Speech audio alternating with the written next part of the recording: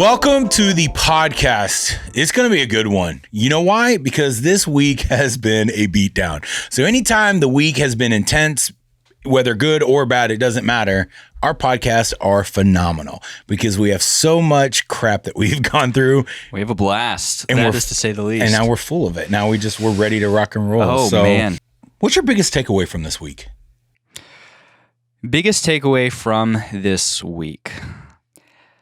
Honestly, I would say the biggest takeaway from this week is the conversation that we were having downstairs before we jumped into this, which is we're doing research into our different personality types and how we work well together, how we don't work well together, how we complement each other, and we had a really good conversation downstairs, just around our types and how there's a lot of overlap with what we do, and then there's areas where I compliment you, you compliment me, and the biggest takeaway from all of that is the perspective that each of us had on that. Because your perspective was, oh, this is really empowering. Like, now I have this information and I have these tools and resources and I can do something with it. My perspective was, man, why am I this way? This sucks. And my immediate reaction was what? I need to change these things about myself because I operate this certain way. And because I operate this certain way, that means I'm not able to do these other things. And so I need to fix that. And your advice or feedback to me was, you just need to figure out how to do more things in your zone of genius instead of trying to change something about yourself. It kind of is an alignment. I don't ever want to start comparing personality test, to you don't want to say Myers-Briggs or Diggs or DISC or Strength Finders or Enneagram or Culture Index, and you don't want to start muddying the waters, but there's some parallels for Strength Finders where I remember going through that. The whole idea was don't focus on your weaknesses, focus on your strengths. And as your strengths grow up, it's almost like they pull up your weaknesses a little bit. Whether that to be true or not, we're definitely not qualified. We lack complete degrees on our wall that would make us qualified for that. But it is funny what we're going through right now and what we're learning. And I sometimes I wonder, all right, are other business owners out there that are in their 2 to 5 year, no, I don't even want to say 5 year because I think people who are 5 years ahead of us it makes me feel like they're light years ahead of us, and people who are 10 years and so on. But are people who are in that 2 to 3 year range, are they dealing with what we're dealing with as well right now? I had made a post the other day. I was like, it is 10 times easier to be a sales pro than it is to be a business owner. Way easier. And I wonder, the question I'm always asking, which I think I know the answer to, is this normal? Is this par for the course? What we're experiencing right now? Or sometimes I'll go down the route that you went with that Culture Index thing, which is something broken in us. Are we messed up somehow? Have we built this business incorrectly and therefore we're unable and ill-equipped to serve our prospects? Because we're doing all this not because we're trying to make more money. We're doing all this because we're trying to better serve and better equip, empower, and educate our clients, the people who've entrusted us to serve them. And so now I'm like, man, I could really use hey, Mr. Alex Ramosi, if you could make a post or a YouTube video on what it's like in year 2 and year 3, and then show me what it's going to be like, in the coming years, that'd be super helpful. Yeah, but even then, there is going to be variables that's unique and different to every business owner and business partnership. Because again, if you look at our personality types versus other people who are business partners, what we're going through is going to be slightly different than what other people are going through because those people are different. They have different personality types and the way that they do things. So I don't think that there's a perfect, I could be wrong, but I don't think that there's a perfect linear path of how to do things. And I feel like we've done a good job equipping ourselves with the right advice and mentors and guardrails to guide ourselves, but it's still Yeah, it's not easy, and leveraging the personality tests has been useful. And we've started leveraging that when we're recruiting salespeople as well. Is having salespeople take certain personality tests. And I don't think I've ever voiced this to you, but whenever we have candidates come in that are applying for certain jobs for companies that we're partner with that we're hiring for, whenever we send the test, I always feel kind of bad sending out the test because I'm like, well, they're going to get a certain personality type because we have 4 archetypes typically we're looking for. And if they aren't one of those archetypes, we won't even like have the first interview with them. Why do you feel bad about that? I don't feel bad. I'm like, I know. Thank God, get your ass out of here. And to be fair, I will say this: it has been an absolute game changer for bringing the right candidates on, because we're able to sift through people more efficiently, and we're able to like automatically know when we do hire someone what to expect from them. This person's going to behave this way. They're going to do these things. We can almost predict the future. The reason I feel bad about it, and I'm not saying it's justified, it's just that part of me that is, man, we just gotta give this person a chance. Maybe they can be different. Maybe that's how you and I are they different. Can't. No, they cannot. They are not going to be different. That's like asking the dog not to bark. Just ain't gonna happen. That dog won't hunt. You know what I mean? Like, it just is what it is. Yeah. And I think it's so funny because downstairs I realized, like, it was almost an aha moment for me because I could feel the tension in our conversation, not in a negative way, but like good tension.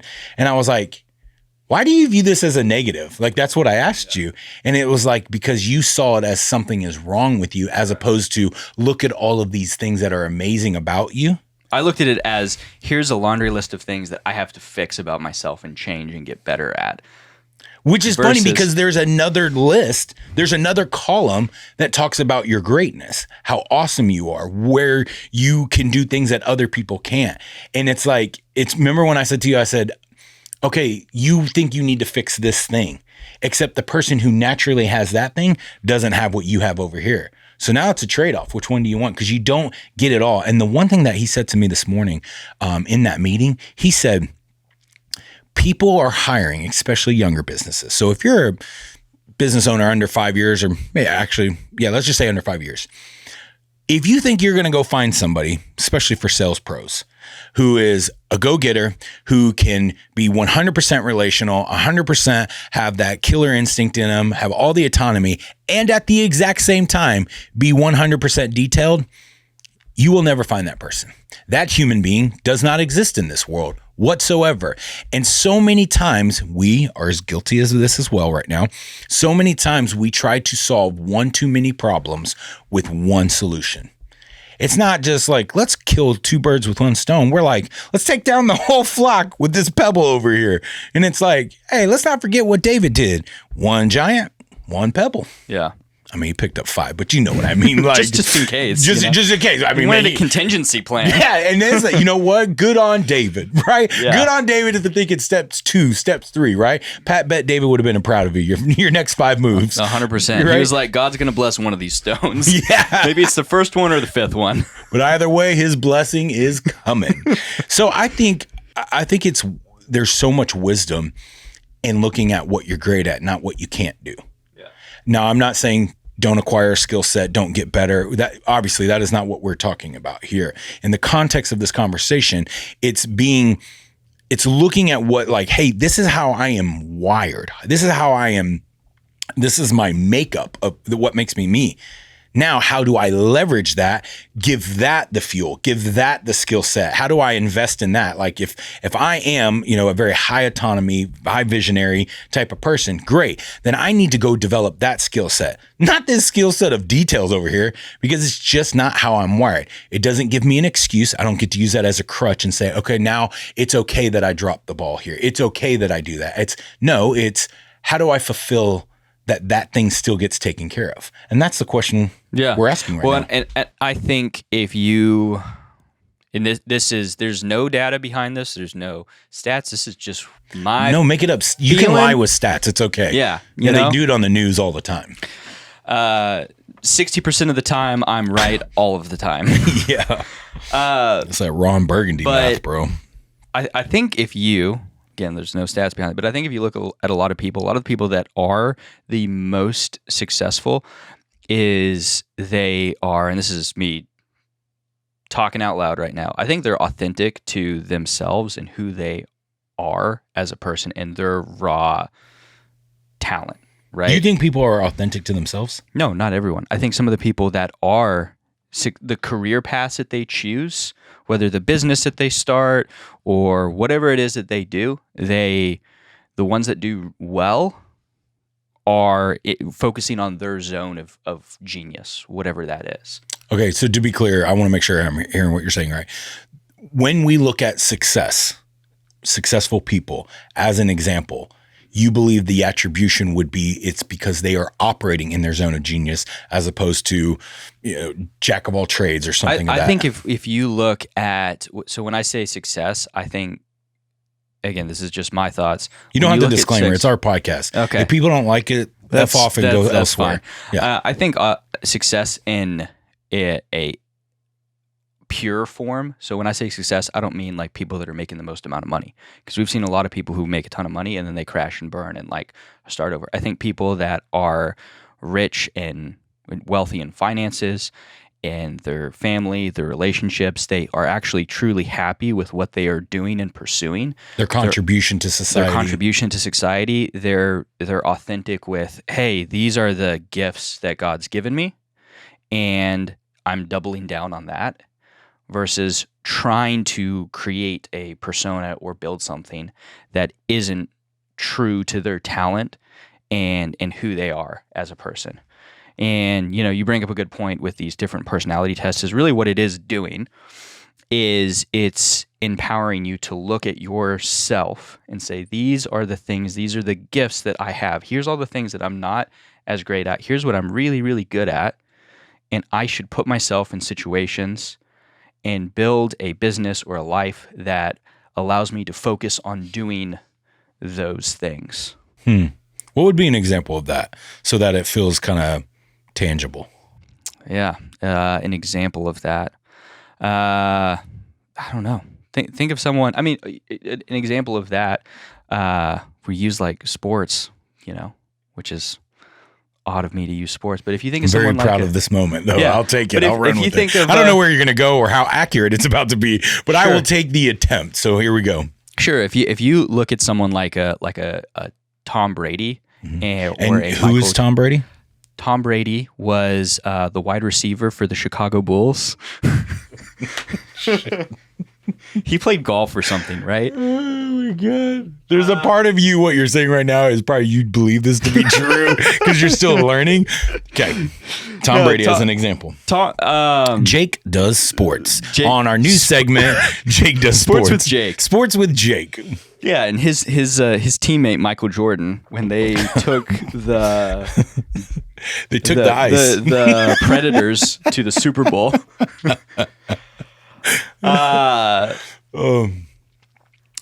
How do you live life if you don't like sports? He was a quarterback, right? I just don't understand that. Isn't that what he did? Yeah. So okay. Tom Brady, quarterback. Okay. Of the Patriots, 7 Super Bowl rings. He's 7 Super Bowl rings. Also Tampa Bay Buccaneers. But yeah, super. If I know who he is, he's successful. Right. Right. Yep. I think he is someone who has pursued his like raw talent, the things, not just his talent, but the things that he is good at in an authentic way that has allowed him to be super, super successful. Example would be, and he has said this himself, he is not fast. He is not a runner. So even in the context of a quarterback, right, he never tried to be a Michael. Something he wasn't. Yeah, he never tried to be a Michael Vick. He never tried to do what Patrick Mahomes did or, do what, let's go all the way back, Randall Cunningham, right? Because that wasn't his zone of genius. His zone of genius was completely picking you apart and knowing where to put the ball perfectly and accurately and destroying any type of game plan you ever had. And that was his. He didn't try to be a running quarterback. He was a pocket quarterback. And I think so many times you'll see somebody say, oh man, I like that over there. We were just talking about this before the episode started. There's a business that, they saw what so-and-so did, so we must go and do that. Here's what's funny about that. I had somebody once tell me, if you look at the New Testament and Acts, when they're like, oh man, we're struggling with all of these things right now. Oh, we should appoint these people over this area because that's how it works. And what happens is, if that was successful, most people will look at that and be like, oh, I need to go and do that because that was successful. But they never ask themselves the question, was it successful because of culture, that moment, or whatever? And now we got all these churches all the way to now where it's like, well, in Acts, they put all these people and they put these people in leadership. So we must have deacons. We must have a board. We must have that. I'm not saying we should. I'm just simply saying, what if what made it successful for them was because of their makeup, because of the culture, because of where they were at that time? Yeah. Or they put people in the right positions. It wasn't because of the structure, just the superficial, here's how things are structured, but we had people. It wasn't the hierarchy. Yeah. We had people doing the correct jobs at the right time or serving the right roles. Yeah. And I think we get chasing like, oh, well, if, Tom Brady did that, so I must do that. Tom Brady wore his socks this way and stood in the pocket that way. So obviously that's what, he had one glove on. Now I got to put one glove on. It's like, well, no, that might not be what makes you successful. What makes somebody successful, a business successful, to me, from what I have seen so far, is when they operate at what they are great at. And then they fill in the holes around them for the things that they are not great at. And they give up that control. They relinquish that to somebody who has a zone of genius in that area that is a weakness in them. And that is, I think, where true unity comes together. Because to me, unity is us coming together despite our differences. Yeah. Uniformity is we look the same, we act the same, we talk the same, we think the same, which you see that a lot in the local church as well. It's like, oh, family, oh, DNA, oh, this is your tribe. And it's like, what you're actually saying is, oh, I want you to look like this and dress like this and say this and speak in this manner because that's the DNA of this culture in this house, in this business.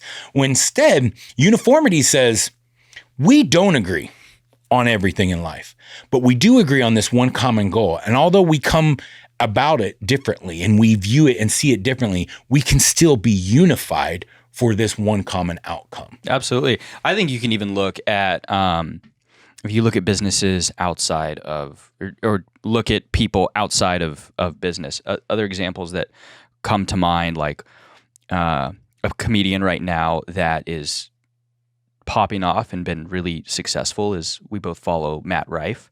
I think one of the things that's allowed him to blow up is he does his style. He does phenomenal crowd work. That's his thing. He's really, really good at that. I think if he tried to tell jokes or perform similar to someone else, he probably wouldn't do as well. First of all, the crowd work he does is amazing, but that's his style. Or did you like his special, by the way? Yeah, I thought his special was good. Yeah. Did you not like it? No, I mean, your face tells me you didn't like it. Okay, so here's my thing. So I don't know comedy super well. Like the way you know comedy, the way I know sports. At least I would believe that to be true. His shorts, his YouTube stuff, and his shorts on Instagram, it just gets me because it makes me laugh. It's so real, it's so authentic. His Netflix special was really well done. I mean, he is fantastic. But I don't know if I've been conditioned to like him for his crowd work. So when I saw his special and he wasn't doing crowd work, it's like, did I consume him and become a fan through one lane, and then now all of a sudden I'm being presented with something that's different and I didn't know what to do with it? Possible. You know what I mean? And it's and it's and then I feel bad different for him. I'm like, that's not fair to Matt. Yeah. He's out there busting his tail, doing everything he knows to do to be, I would assume a great comedian. He's touring, he's doing the things that you do to try to be successful. But it's like, dang, that kind of sucks for him. Because if I felt that way, I wonder, how well did a special actually do?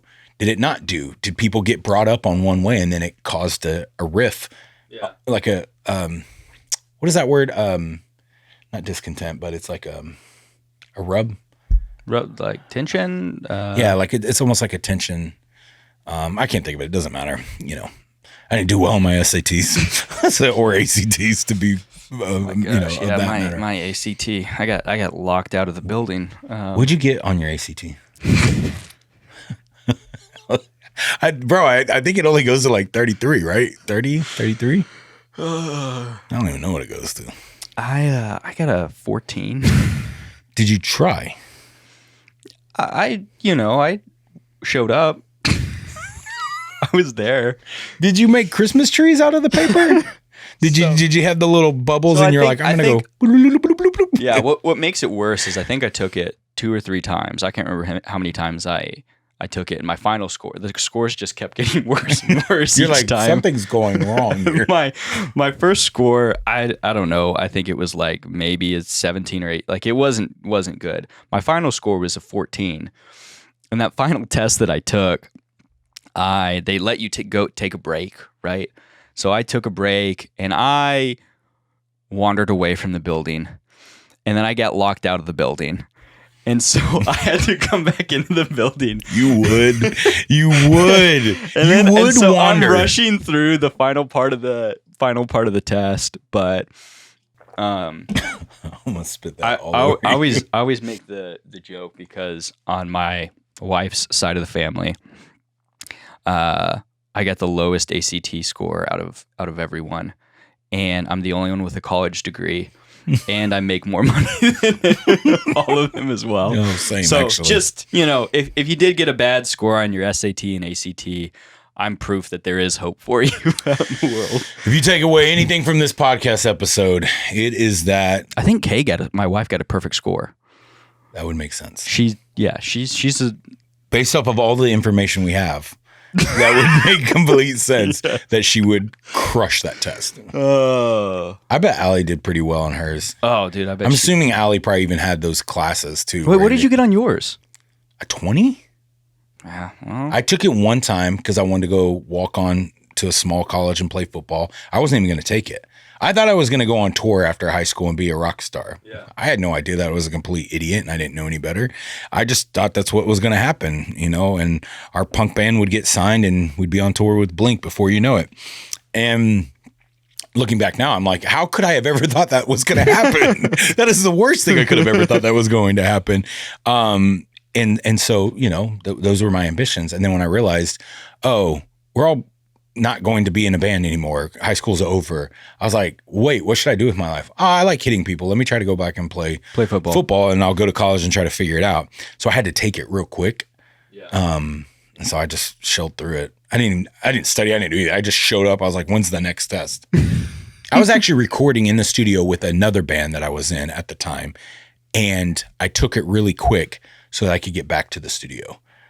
And I didn't even know that I actually needed a certain score. Like I should have tried because I wasn't like, I think they just need me to take the test. They just need I need to put my name on it, and they just need to know, Josh was here. Yeah. He signed in. I didn't know the NCAA was like, no, you actually have to be smart enough to go to college. I was like, because you're going to get hit in the head a lot, and that score is going to go down. So we need you to be at least a 20, 25. Yeah. Having, again, details, not my strength.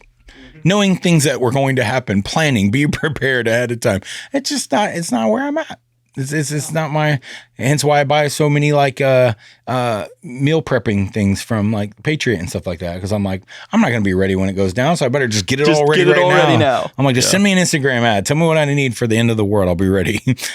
So it's, I don't even know where we're going with this episode at this point. We were talking about personality tests and how to leverage them and how everybody's, has different strengths and weaknesses. And some people are idiots when it comes to taking school tests, like myself. But, if you know how to leverage your strengths, you can still be successful.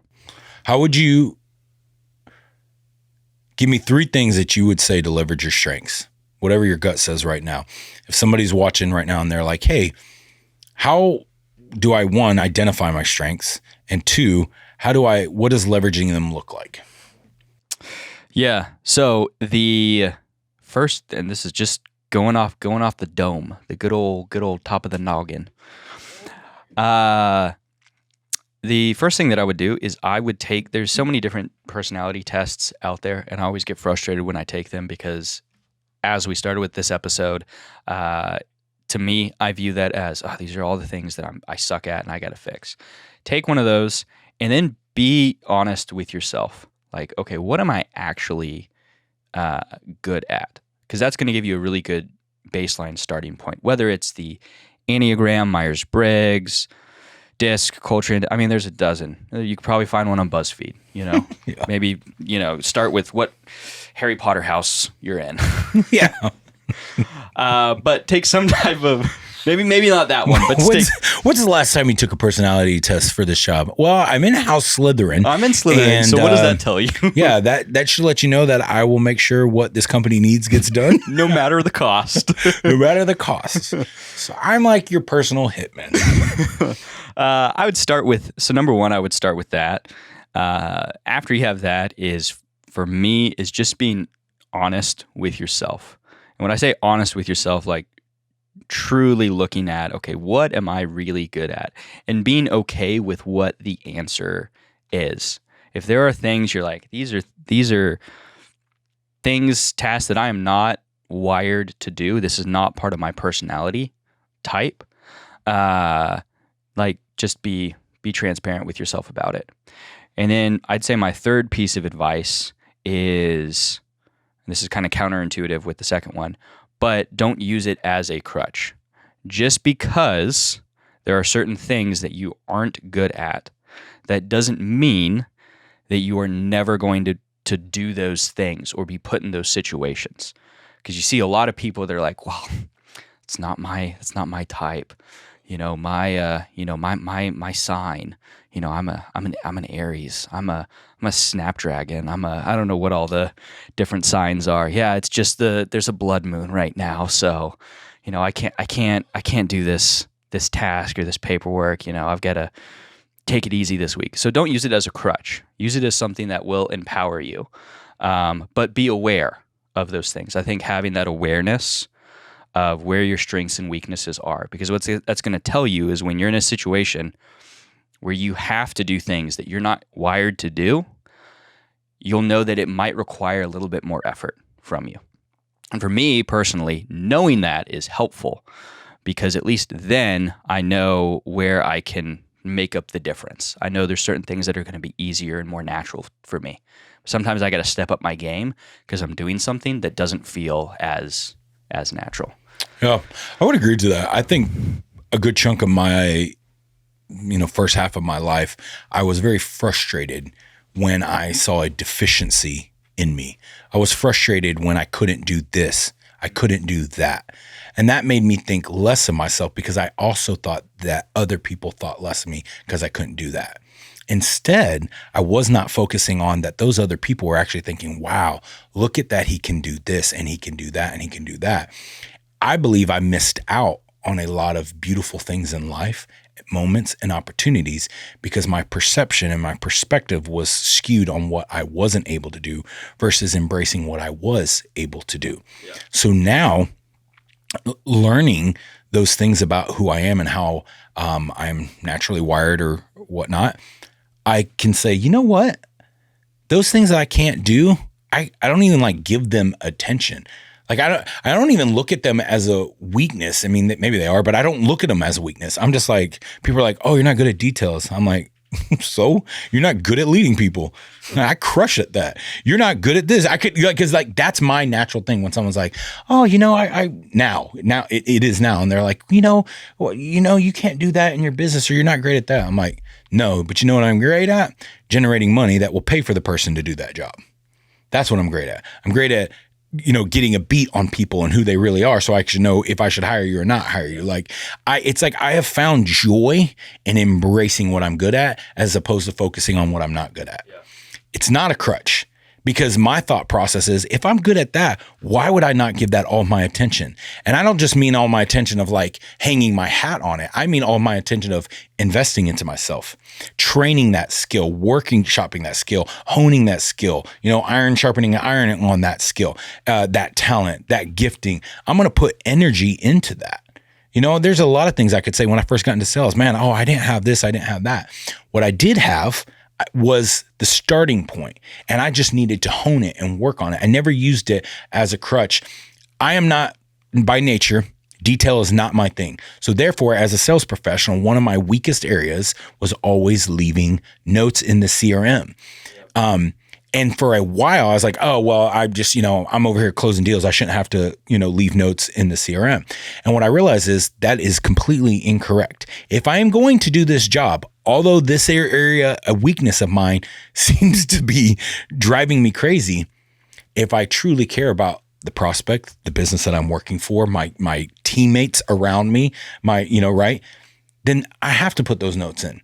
Are they going to be as perfect and perfectly detailed as somebody who leans that way? No, of course it's not. But I'm not focused on trying to be like them. I'm just focused on do what you're great at, make it great. But then these areas of weakness where you say don't use it as a crutch, it's like notes. It's something very simple and basic. Put your stupid notes in your CRM.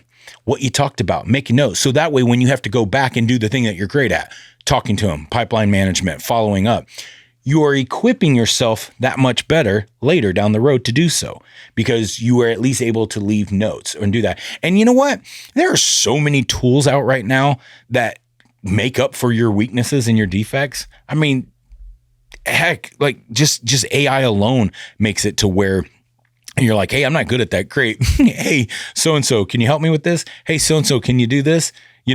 Oh, you're bad at forgetting appointments. Are you bad at holding your phone and saying, hey, remind me of this, yeah. Whatever. It's like, come on. But also, and we can talk about this in another episode, but the things that you are weak in, recognizing that and creating ways for you to either get better at them or systems that allows you to leverage your strengths in a way. So for example, we're with some of the stuff that we're doing right now, we're running ads right now. We have leads and appointments getting booked on our calendar for our own business. And I created a system earlier this week specifically for leaving notes because that's one of the things, like for myself personally, I suck at. So now I have a system where I can send a voice note and it updates the CRM and updates our spreadsheet and everything. I thought those notes the other day, I thought they were brilliant, by the way.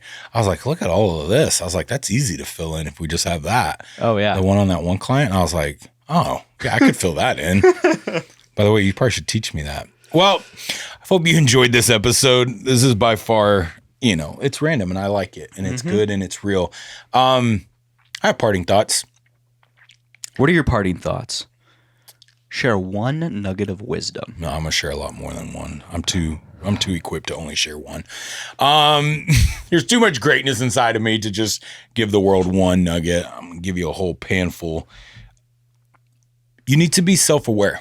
And I say you need to be, and you could say, well, don't tell me what to do. Well, I don't give a damn then. Don't be self-aware. But I'm letting you know. I have seen people literally transform their trajectory of their life and their legacy by becoming more self-aware first, so gaining that knowledge.